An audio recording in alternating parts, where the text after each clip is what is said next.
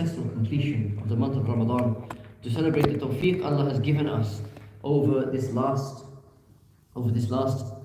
most of us here, 29 days, for some of you 30 days, but has given us the maximization and increase in the blessings and reward that has been sent down upon us, the tawfiq that Allah has given us over the year, over the month that has passed, that has allowed us to perform acts of worship that ordinarily we would not have the strength to do, or we would tell ourselves we did not have the time, for, or we would be too busy with other matters in our lives to concern ourselves with. The Prophet ﷺ said that لِلْصَائِمِ فَرْحَتَانِ, that the person who is fasting has two joys, إِذَا أَفْطَرَ وَإِذَا رَأَى, when they break their fast and when they see the moon, And sometimes we look at this and we think, but how come we are joyful at the end of Ramadan? Shouldn't we be sad at the end of Ramadan? Shouldn't we be upset that there's no more increase in reward, that we're not going to be meeting every night to pray together and we hear the Quran being recited and so forth? Isn't this something that should make us sad? Why did the Prophet ﷺ say that we should be happy? That not just we should be happy, but that the believer is happy, that the fasting person is happy at the sighting of the moon or at the breaking of the fast. And the reason for this, there is a deep wisdom in this, which is to recognize that Allah sends down upon us seasons of the soul. As we experience seasons in the world around us, we experience seasons in our soul. What do I mean by that? So we are doing this Eid al-Fitr at the exact time, in fact, when winter is turning into spring. And those of you who pay attention to you outside will see that the cherry trees have blossoms on them. Blossoms have come out on the cherry trees.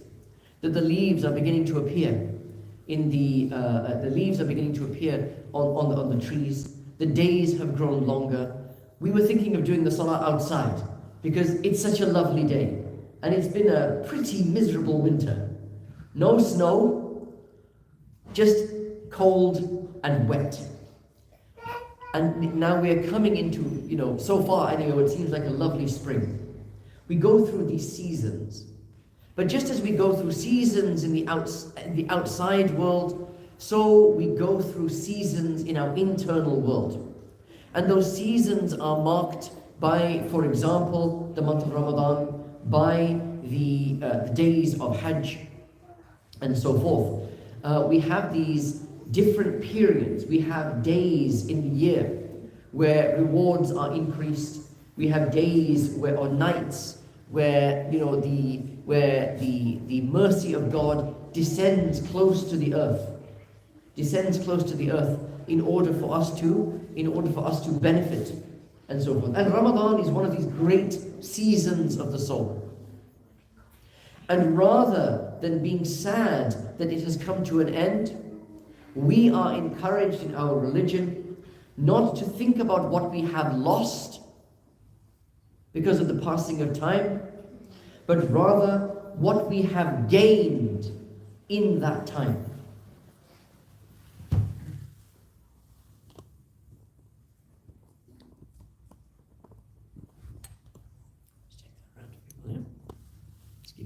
Give one of the kids to take it around. The older kids take it around. So we are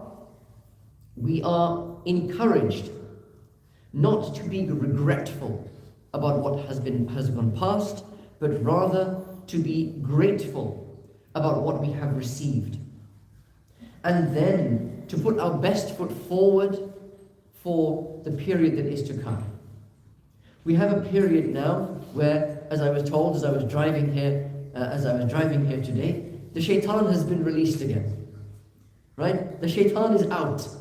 Right? Now, it's very. I won't conduct a straw poll to see which of you has noticed the shaitan being released. Alright? But we know, because the Prophet ﷺ has said that the shaitan has been released now.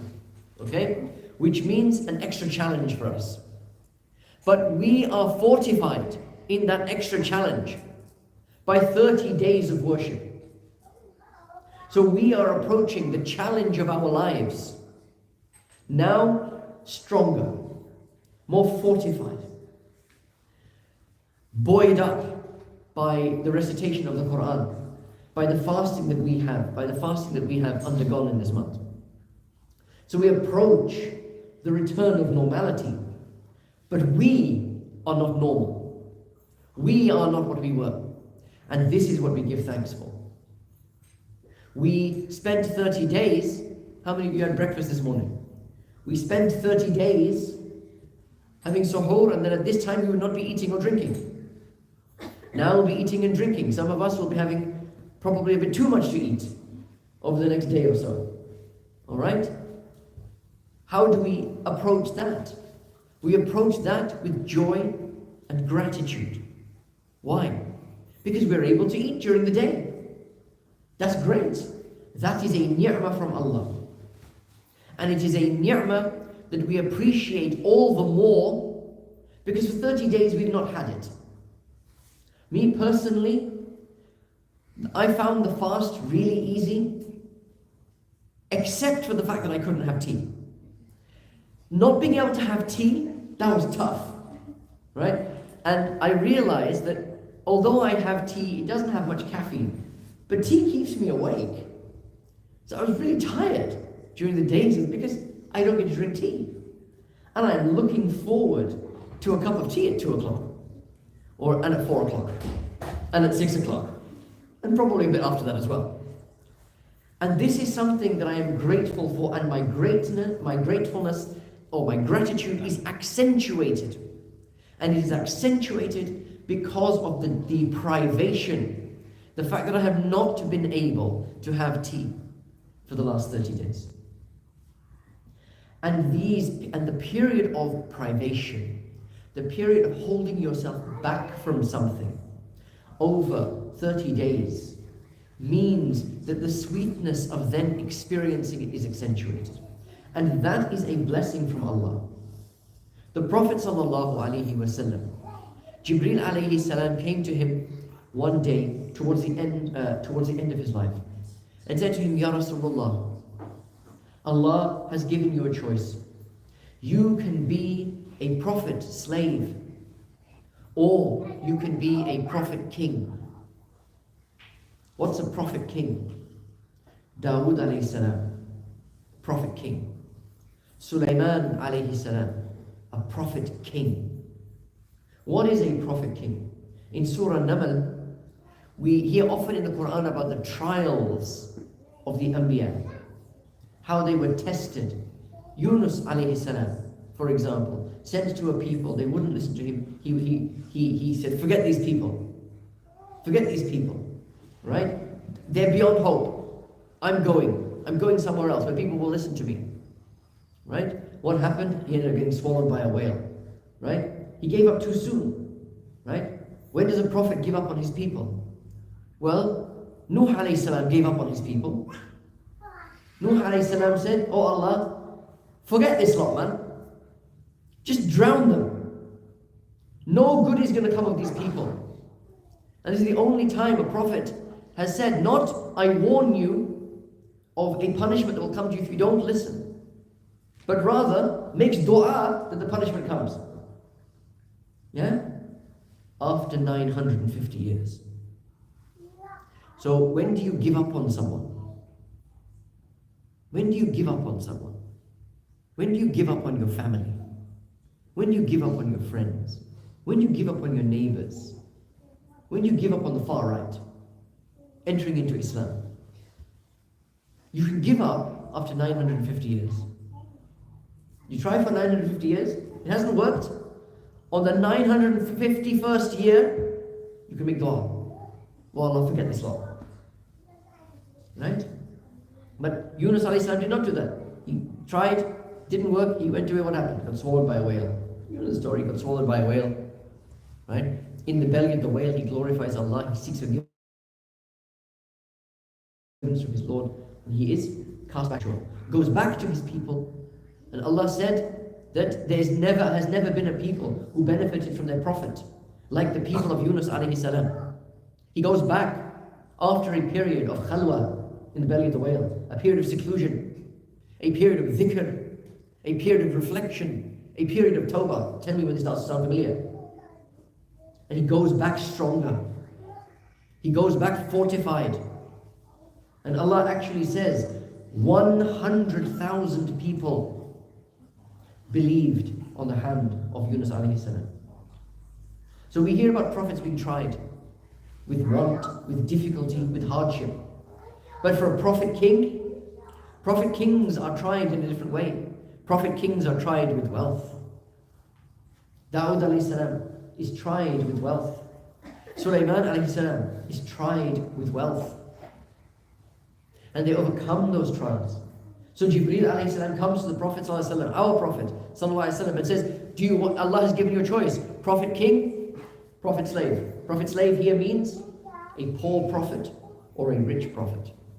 He says there will be no diminution in your rank, no decrease in your rank in the akhirah, whichever one you choose. You can have it all in dunya. It's like the Instagrammers, like the Instagram influencers say to you, right? You can have it all, provided you sign up for my course. Right? You can have it all. Right? And you can be happy too. Yeah? Same thing, people haven't changed what they offer, right? But Allah says to the Prophet, you can have it all. And you can have it all in the dunya. And your rank in the akhirah will not be diminished at all. Right? And this is, there's such a thing as a zero-sum game. Right? When you don't win. This is a 100-sum game. There is nothing but winning. You win full stop, either way. What does the Prophet ﷺ say? He doesn't say, oh Allah, make me a prophet slave. Right? Because, newsflash, that's the one he chose. He said, oh Allah, keep me hungry one day. Keep my stomach empty one day, so that I can have sabr. And feed me the next day, so that I can have shukr. So that I will be grateful. One of the great problems that we have is that we have too much all the time. And so we do not know what it is to be deprived.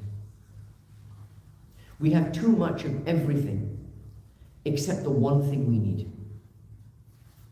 What is the one thing that we need? Connection. We have too much of everything except connection. And we seek what we find in connection in the everything that we have, and we cannot find it, and so we are never happy. So we must have the latest phone, and the fanciest car, and the coolest clothes, and etc., etc., etc.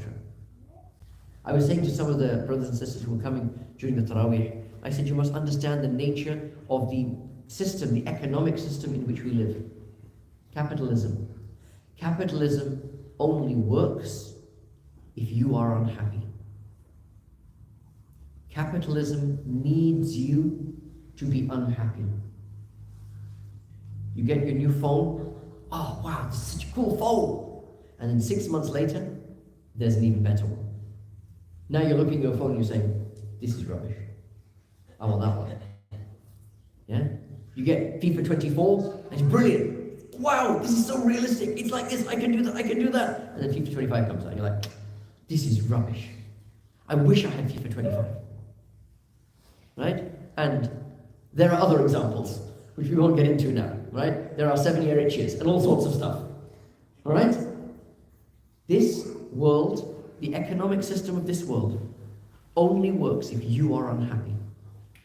Because then you will buy more, and you'll want more, and you'll work harder, and you'll be more economically productive because you want more. And the system keeps on rolling. And Elon Musk and all these other guys get richer and richer and richer and richer.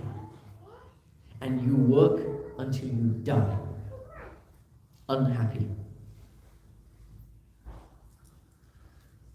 Turn away from that. Periods like this period Periods like this period, the period of Ramadan that has just passed, are beneficial because they deprive us. And because they deprive us, when we are no longer deprived, we experience that happiness that we have always been seeking. So that is the joy of the day of Eid. A joy that is built on gratitude for what you already have, but you have been disciplining yourself. You've been disciplining yourself to stay away from. So take this lesson from the month, inshallah. Allah make it easy for all of us. And we finish there with our takbirs of Eid, which we'll read together. Again, don't be shy. Nobody can hear your individual voice. Allahu Akbar, Allahu Akbar. La ilaha illallah, Allahu Akbar. Allahu Akbar, wa lillahil hamd. Allahu Akbar, Allahu Akbar. La ilaha illallah, Allahu Akbar. Allahu Akbar, wa lillahil hamd. Allahu Akbar, Allahu Akbar. La ilaha illallah, Allahu Akbar. Allahu Akbar, wa lillahil hamd. Bismillah. Please stand and form your rows for salah. Let's have we don't have screens anymore, so we'll have we'll do it according to the sunnah this time. Men in the front, children in the middle, ladies behind. Jazakallah khair. The prayer of Eid, for those who haven't performed it before, or for those who have forgotten, is a 2 rakat wajib prayer. A 2 rakat wajib prayer. Okay, this is your intention. Following the Imam, in